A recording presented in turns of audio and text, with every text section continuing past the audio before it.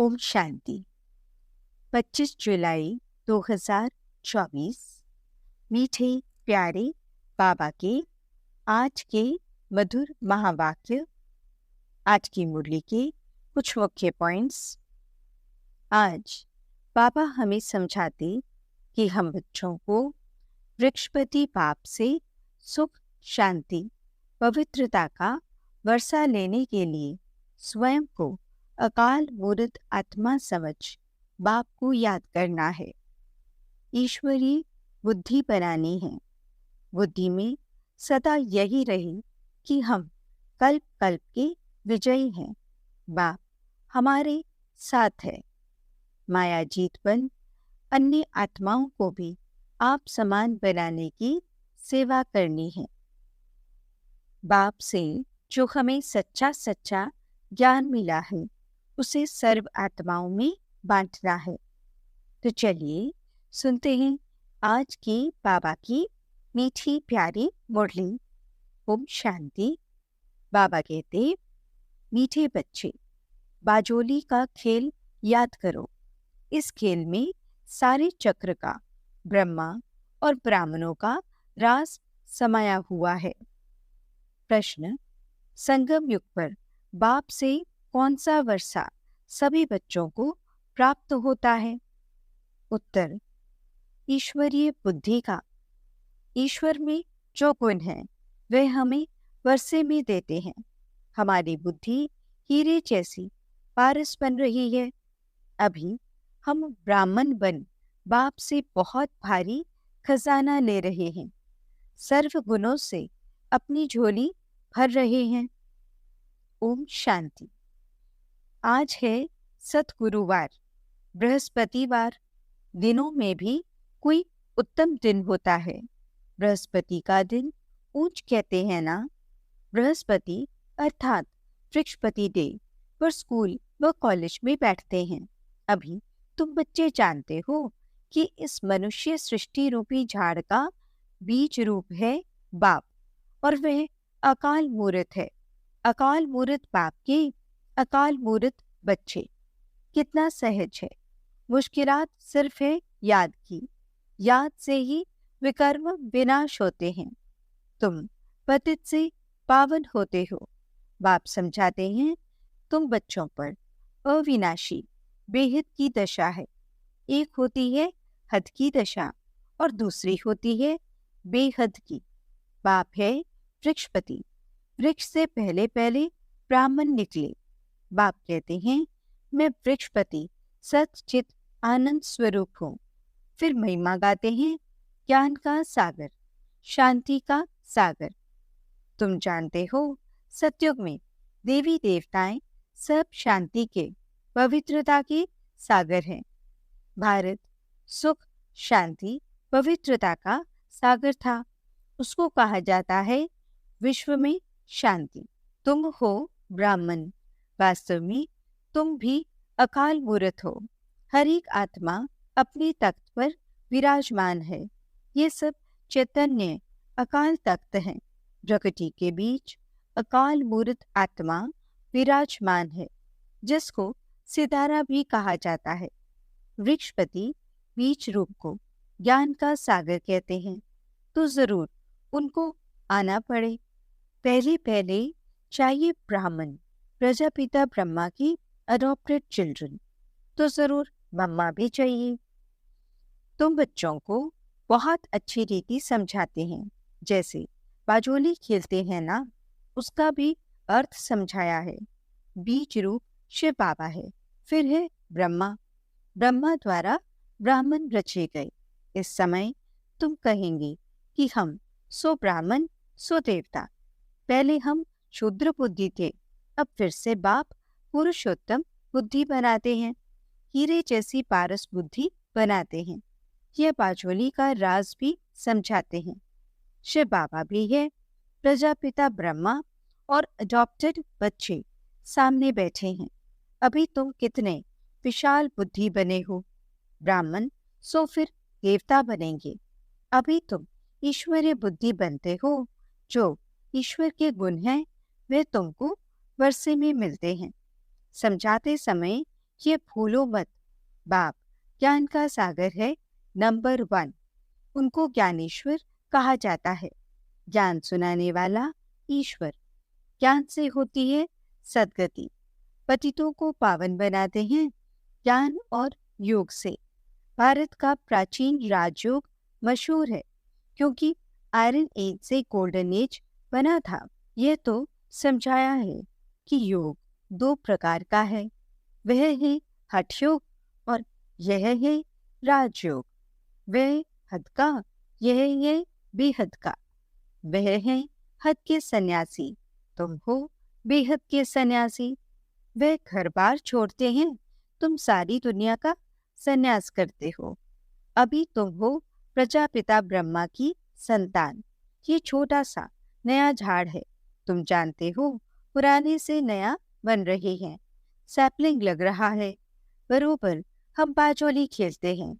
हम सो ब्राह्मण, फिर हम सो देवता। 100 अक्षर जरूर लगाना है।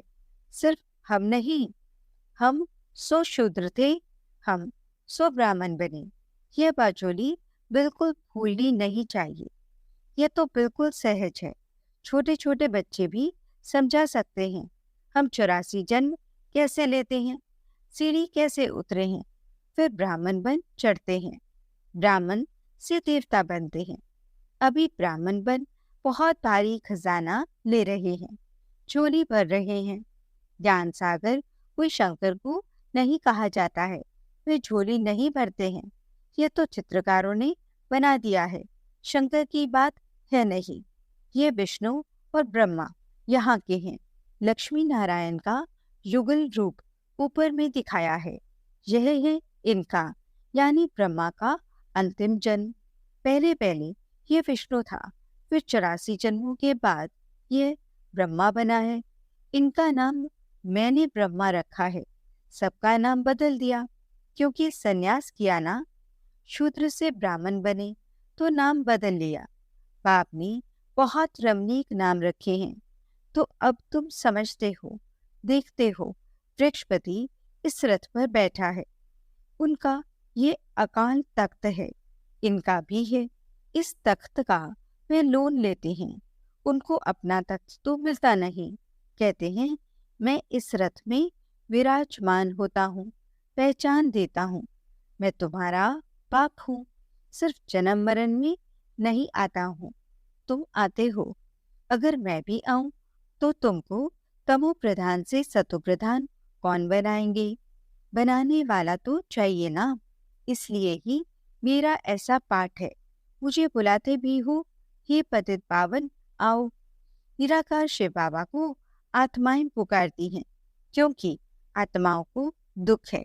भारतवासी आत्माएं खास बुलाती हैं कि आकर पतितों को पावन बनाओ। सतयुग में तुम बहुत पवित्र सुखी थे, कभी भी पुकारते नहीं थे, तो बाप खुद कहते हैं तुमको सुखी बनाकर मैं फिर वानप्रस्थ में बैठ जाता हूँ। वहाँ मेरी दरकार ही नहीं। भक्ति मार्ग में मेरा पाठ है, फिर मेरा पाठ आधा कल्प नहीं। यह तो बिल्कुल सहज है, इसमें किसका प्रश्न उठ नहीं सकता। गायन भी है, दुख में सिमरन सब करें। सतयुग त्रेता में भक्ति मार्ग होता ही नहीं, ज्ञान मार्ग भी नहीं कहेंगे। ज्ञान तो मिलता ही है संगम पर, जिससे तुम 21 जन्म प्रारब्ध पाते हो। नंबर बार पास होते हैं, फेल भी होते हैं। तुम्हारी ये युद्ध चल रही है। तुम देखते हो जिस रथ पर बाप विराजमान है वह तो जीत लेते हैं, फिर अनन्य बच्चे भी जीत पा लेते हैं। जैसे कुमार का है, फलानी है, जरूर जीत पाएंगी। पौतों को आप समान बनाती हैं, तो बच्चों को ये बुद्धि में रखना है। ये बाजोली है, छोटे बच्चे भी ये समझ सकते हैं। इसलिए बाबा कहते हैं बच्चों को भी सिखलाओ, उनको भी बाप से वर्षा लेने का हक है। जास्ती बात तो है नहीं। थोड़ा भी इस ज्ञान को जानने से ज्ञान का विनाश नहीं होता। स्वर्ग में तो जरूर आ जाएंगे। जैसे क्राइस्ट का स्थापन किया हुआ क्रिश्चियन धर्म कितना बड़ा है। यह देवी देवता तो सबसे पहले और बड़ा धर्म है जो 2 युग चलता है, तो जरूर उनकी संख्या भी बड़ी होनी चाहिए। परंतु हिंदू कहला दिया है। कहते भी हैं 33 करोड़ देवताएं। फिर हिंदू क्यों कहते हैं? माया ने बुद्धि को बिल्कुल ही मार डाला है, तो ये हाल हो गया है। बाप कहते हैं माया को जीतना कोई कठिन बात नहीं है। तुम हर कल्प जीत पाते हो। सेना होना बाप मिला है इन विकारों रूपी रावण पर जीत पहनाने लिए। तुम पर अभी बृहस्पति की दशा है, भारत पर ही दशा आती है। अभी सभी पर राहु की दशा है। बाप बृहस्पति आते हैं तो जरूर भारत पर बृहस्पति की दशा बैठेगी। इसमें सब कुछ आ जाता है। तुम बच्चे जानते हो, हमको निरोगी काया मिलती है, वहां मृत्यु का नाम नहीं होता। अमर लोग है ना, ऐसे नहीं कहेंगे कि फलाना मरा, मरने का नाम नहीं। एक शरीर छोड़ दूसरा ले लेते हैं। शरीर लेने और छोड़ने पर खुशी ही रहती है, गम का नाम नहीं। तुम पर अभी बृहस्पति की दशा है, सब पर तो बृहस्पति की दशा हो न सके। स्कूल में भी कोई पास होते हैं, कोई ना पास होते हैं। ये भी पाठशाला है। तुम कहेंगे हम राजयोग सीखते हैं, सिखलाने वाला कौन है? बेहद का बाप। तो कितनी खुशी होनी चाहिए। इसमें कोई और बात नहीं, पवित्रता की है मुख्य बात। लिखा हुआ भी है, ये बच्चों, देह सहित देह के सब संबंध छोड़ मामेकम याद करो। ये गीता के अक्षर हैं। यह गीता एपिसोड चल रहा है, उसमें भी मनुष्यों ने अगड़म बगड़म कर दिया है। आटे में नमक कुछ है। बात कितनी सहज है, जो बच्चा भी समझ जाए। फिर भी भूलते क्यों हो? भक्ति मार्ग में भी कहते थे, बाबा आप आएंगे तो हम आपके ही बनेंगे, दूसरा ना कोई। हम आपके बन आपसे पूरा वर्षा लेंगे। बाप का बनते ही हैं, वर्षा लेने लिए अडॉप्ट होते हैं, जानते हैं बाप से हमको क्या मिलेगा। तुम भी अडॉप्ट हुए हो, जानते हो हम बाप से विश्व की बादशाही बेहद का वर्षा लेंगे और कोई में ममत्व नहीं रखेंगे। समझो कोई का लौकिक बाप भी है, उनके पास क्या होगा करके 1,00,000 होगा। ये बेहद का बाप तुमको बेहद का वर्षा देते हैं। तुम बच्चे आधा कल झूठी कथाएं सुनते आए हो, अब सच्ची कथा बाप से सुनते हो, तो ऐसे बाप को याद करना चाहिए, ध्यान से सुनना चाहिए। हम सो का अर्थ भी समझाना है। वह तो कह देते आत्मा सो परमात्मा। ये 84 जन्मों की कहानी तो कोई बता न सके। बाप के लिए कहते हैं कुत्ते बिल्ली सब में है, बाप की ग्लानि करते हैं ना। ये भी ड्रामा में नोंद है, कोई पर दोष नहीं रखते हैं। ड्रामा ही ऐसा बना हुआ है। तुमको जो ज्ञान से देवता बनाते हैं, तुम फिर उनको ही गालियां देने लग पड़ते हो। तुम ऐसे बाजोली खेलते हो, ये ड्रामा भी बना हुआ है। मैं फिर आकर तुम पर भी उपकार करता हूँ, जानता हूँ तुम्हारा भी दोष नहीं है। यह खेल है, कहानी तुमको समझाता हूँ। यह है सच्ची सच्ची कथा, जिससे तुम देवता बनते हो। भक्ति मार्ग में फिर ढेर कथाएं बना दी हैं। एम ऑब्जेक्ट कुछ भी नहीं है, वे सब हैं गिरने के लिए। उस पाठशाला में विद्या पढ़ाते हैं, फिर भी शरीर निर्वाह लिए बैठ कथा सुनाते हैं। लोग उनके आगे पैसे रखते जाते हैं, प्राप्ति कुछ भी नहीं। तुमको तो अभी ज्ञान रत्न मिलते हैं, जिससे तुम नई दुनिया के मालिक बनते हो। वहाँ हर चीज नई मिलेगी। नई दुनिया में सब कुछ नया होगा, हीरे जवाहर आदि सब नए होंगे। अब बाप कहते हैं और सब बातें तुम छोड़ बाजोली याद करो। फकीर लोग भी बाजोली खेलते तीर्थों पर जाते हैं, कोई पैदल भी जाते हैं। अभी तो मोटरें एरोप्लेन भी निकल पड़े हैं, गरीब तो उनमें जा न सकें। कोई बहुत श्रद्धा वाले होते हैं तो पैदल भी चले जाते हैं। दिन प्रतिदिन साइंस से बहुत सुख मिलता जाता है। यह है अल्पकाल का सुख, गिरते हैं तो कितना नुकसान हो जाता है। इन चीजों में सुख है अल्पकाल के लिए, बाकी फाइनल मौत भरा हुआ है। वह है साइंस, तुम्हारी है साइलेंस। बाप को याद करने से सब रोग खत्म हो जाते हैं, निरोगी बन जाते हैं। अभी तुम समझते हो सतयुग में एवर हेल्दी थे। ये 84 का चक्र फिरता ही रहता है। बाप एक ही बार आकर समझाते हैं, तुमने मेरी ग्लानि की है, अपने को चमाट मारी है। ग्लानि करते करते तुम शूद्र बुद्धि बन पड़े हो। सिख लोग भी कहते हैं, जब साहिब तो सुख मिले, अर्थात मन मना भव। अक्षर ही दो हैं, बाकी जास्ती माथा मारने की तो दरकार ही नहीं है। ये भी बाप आकर समझाते हैं। अभी तुम समझते हो साहिब को याद करने से तुमको 21 जन्म का सुख मिलता है। वे भी उसका रास्ता बताते हैं, परंतु पूरा रास्ता तो जानते ही नहीं। सिमर सिमर सुख पाओ। तुम बच्चे जानते हो बरोबर सतयुग में बीमारी आदि दुख की कोई बात भी नहीं होती। ये तो कॉमन बात है। उसको सतयुग गोल्डन एज कहा जाता है, इसको कलयुग आयरन एज कहा जाता है। सृष्टि का चक्र फिरता रहता है।